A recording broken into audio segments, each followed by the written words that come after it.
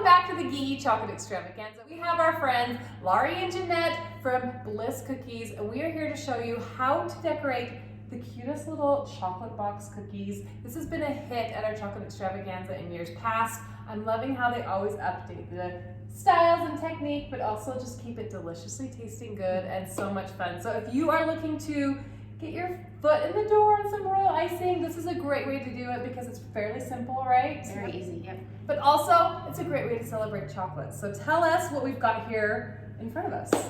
So we have some bowls here that have our royal icing in there. So our recipe's on our website, and it's a pretty simple, straightforward recipe. If you've not done royal icing before, or if you're intimidated by it, give it a try.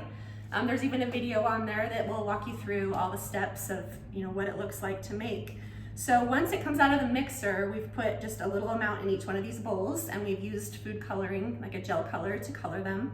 And we've tried to make one a white chocolate, a milk chocolate, and a dark chocolate. Smart. I didn't catch that till now. That's how we sneak sugar cookies into the chocolate extravaganza. Yes. And then from there, you're going to add water to your icing once you've got it colored the way that you want it. So royal icing is basically just like a meringue powder and powdered sugar and water, right? And flavoring. Flavoring to make it taste This good. is where these two stand out in the world of sugar cookies. Their cookies taste so good. We were just talking about like when our favorite time to eat it. And do you want to tell them when? Like we're very particular about this. And they're almost dry. Yeah.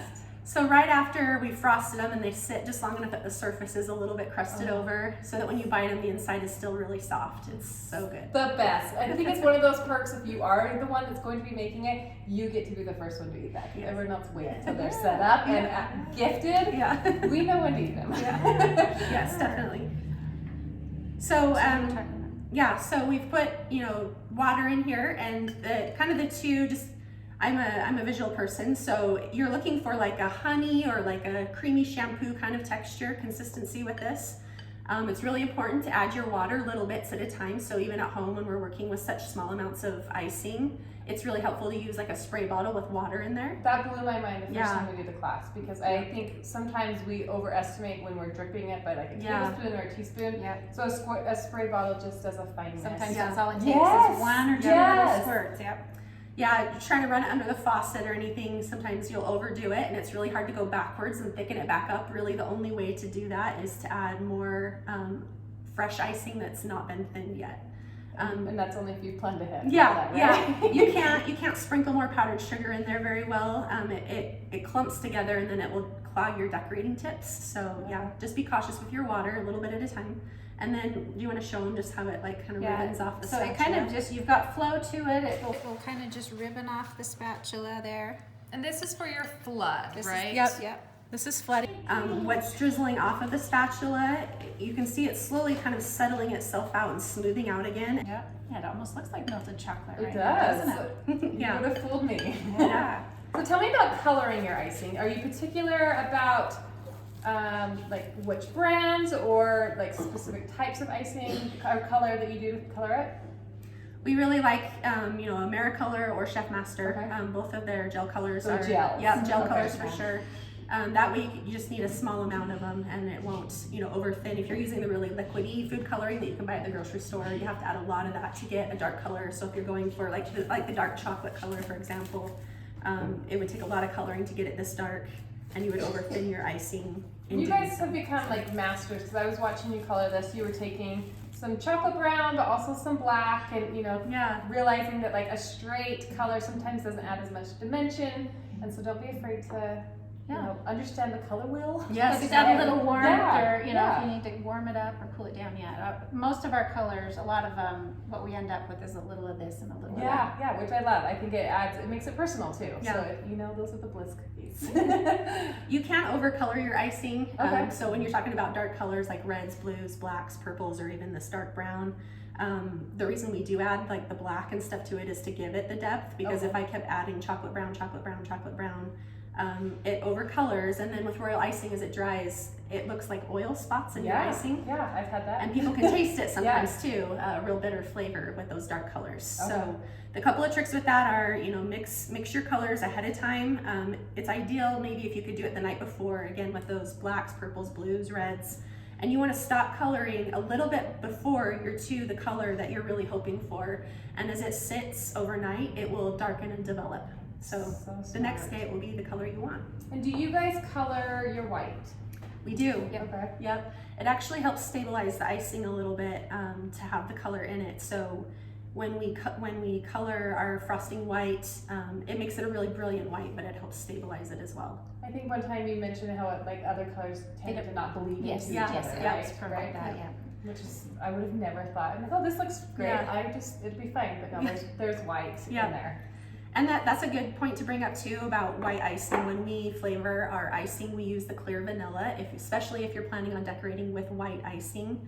If you use real vanilla, it does work and it tastes delicious, but your icing will be a little bit of a cream color, and you can't really ever get it back to white. Okay. Okay, and then we have a few sprinkles, and then of course your beautiful cookies that you guys decorated. We have a video all about their tips and secrets to get these perfect, successful straight lines. So make sure you watch that. But are we ready? Yes. We're ready. So today we're decorating on our traditional recipe. That's an almond and vanilla flavor. So good. But on our website, there's a whole bunch of options that they can go check out. But we do have a chocolate recipe if you do want these cookies. If they look like chocolates, maybe you want them to taste like chocolates. Why not do both, right? So it's whatever you want. We'll be working with our flood consistency, like we said, and this is a super easy way to dip your cookies rather than like outlining them and filling them in. I love it. Really fun way. Makes it easy. Yeah, that piece is pretty intimidating, I think, to beginners, but dipping them like this is something like I have my kids do this all the time at home. They love to help with this. I was just gonna say, I think it allows more hands to be involved and more people to be a part of it. Less scary, for sure. Yep. So your royal icing, the reason we have the saran wrap over the bowls is it needs to be protected from air until you're ready to use it, because it will start to dry. And if it starts to dry and crust and stuff, you're gonna end up with all of that on the surface of your cookies instead of it being a really smooth, shiny surface. So when you're dipping, we'll do one of these rectangles. I'm gonna hold the cookie in my fingers so that my fingers are down off the side of the cookie, so that I can dunk the whole face of the cookie down here in the bowl. So I'm gonna make contact with the icing, maybe shake it around in there a little bit.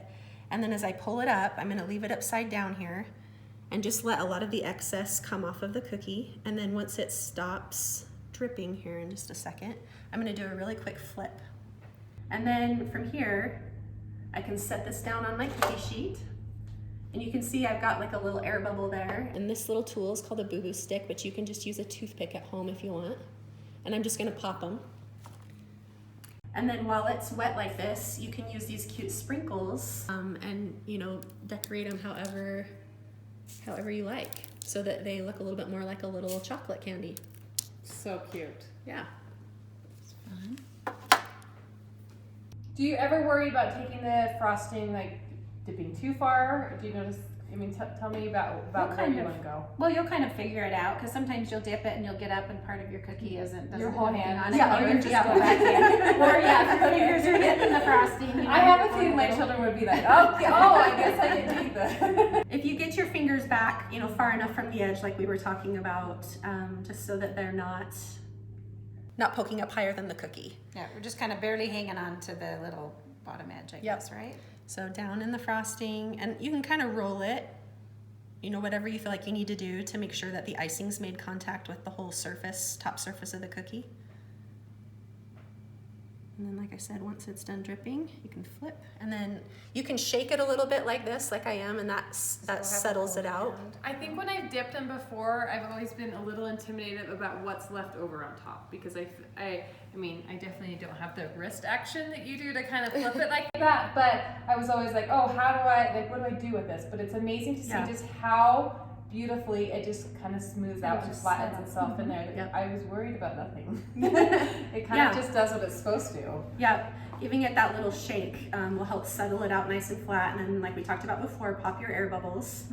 And then another option, if you want to take it up one level here as far as your decorating, if you dip it like this, what we have here in these bags is the same royal icing, but this is the piping consistency. So the only difference between this and what's in the bowl is the amount of water.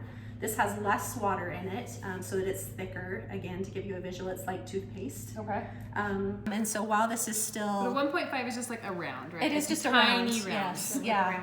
Yeah, so if we wanted to make this look like there was some chocolate drizzled back and forth, you could sit here and just zigzag this thicker icing across the top. And I love how you pipe, is you're kind of pulling the icing with you rather than dragging it into the cookie below, right? You Right, like, kind of staying up above yeah. So Which you have a very stable hand. well, after you've done it for this many years, you'll have a stable hand too, but we have tricks and stuff for that, as far as getting a nice piped line. But it's really, I mean, you don't have to overthink this. When you're at home doing this kind of stuff, keep it simple. You can even put frosting in a Ziploc bag if you don't have piping bags and cut the little corner off. It really doesn't have to be complicated.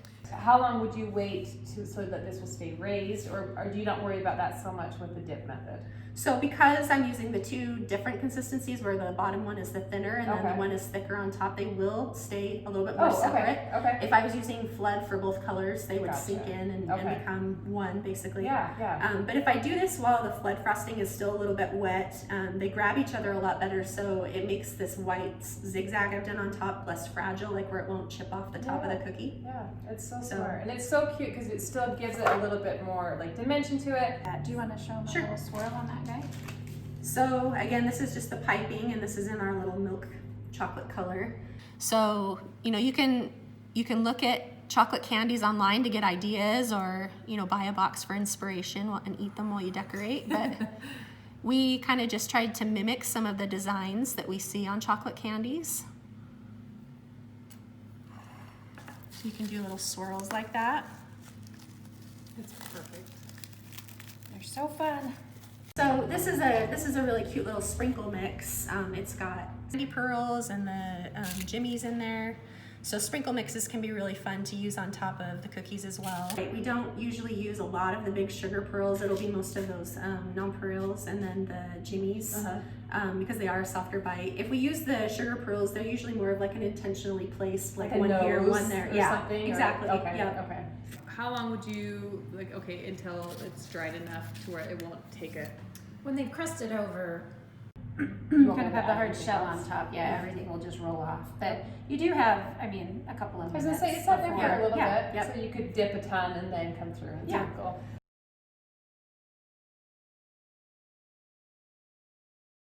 We're going to use the bowl of white icing, and we're going to drizzle in just a little bit of the milk chocolate here. This was a technique you guys did a few years ago on some 4th of July, red, white, and blue stars. Yes. It was one of those moments where I can do this. I don't have them in the kitchen with me, but I feel comfortable enough to take this one off. Yes, and those are actually cookies that I had my kids helping with. They were just for our little family barbecue. Yeah. So again, this is super easy. And it can be done with any color combination too. We're doing it with the chocolate looking colors here, but we did it for 4th of July. Any color combination is really fun. Okay, so you can kind of see I've just made a mess here in the bowl, and with a boo-boo stick or a toothpick or a butter knife, I'm just gonna go back and forth here and just start to marble those colors together. And then you can dip, Ari will show you here. So we're dipping the same way we did with it just being the solid color. Oh, I'm so nervous. I'm afraid mine would be one color. Shake off the excess and then look at that. It's really pretty.